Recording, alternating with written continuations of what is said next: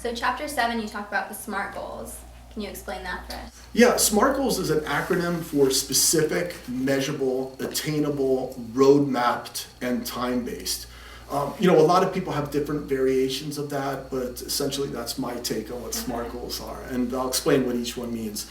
Now that you have your vision, right, when we talked about vision in the first class, here you are and you would like to be here 5 to 7 years from now.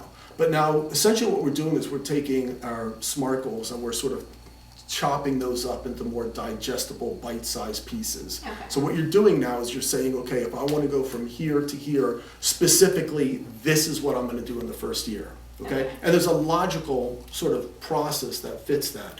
I mean, obviously, if you're here and you want to be a doctor here, right? You're going to go to, high school. You're going to go to med school. You're going to take the MCAT. Then you're going to go to, you're going to, intern, and then eventually you start your own practice and you become a doctor, right? It's the same thing if you want to be Dr. Dre, right? You start here. Maybe the most logical first step would be producing your own first record, maybe selling a certain number of quantities, etc. Right. So this is where it gets very detailed and specific. Yeah, it starts to break that down a little bit more. So we're here, what are we going to do in the first year, right? So it has to be very, very specific, so it can't be vague. It has to be measurable. In other words, there needs to be some sort of way to measure it. And there's a great quote by a guy named Brian Tracy that says, if you can measure it, you can manage it. And the idea behind that is simply, if at any point we can check to see how we're doing, it helps us to kind of, it's a measure, it's a quality control measure essentially. Right.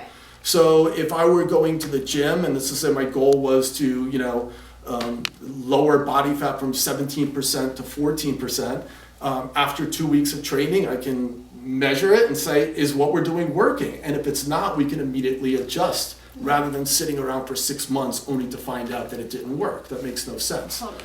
So it's a quality control measure. The next thing is attainable. That's just basically asking, is this really doable? And the way you can find that out is by talking obviously with music business professionals. Is it doable to do this? Okay. The next thing is what's called roadmap. It's just simply mapping out sort of how you're going to get there. These are the tasks. If we want to be here, we want to do this, what are the tasks we need to kind of get there? Okay, how is that different than the specifics?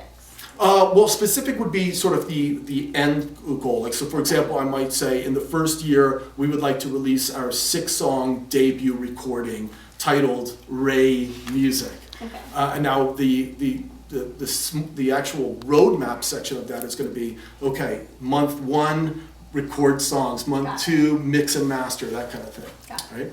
And then finally, T is time-based, and that stands for time-based.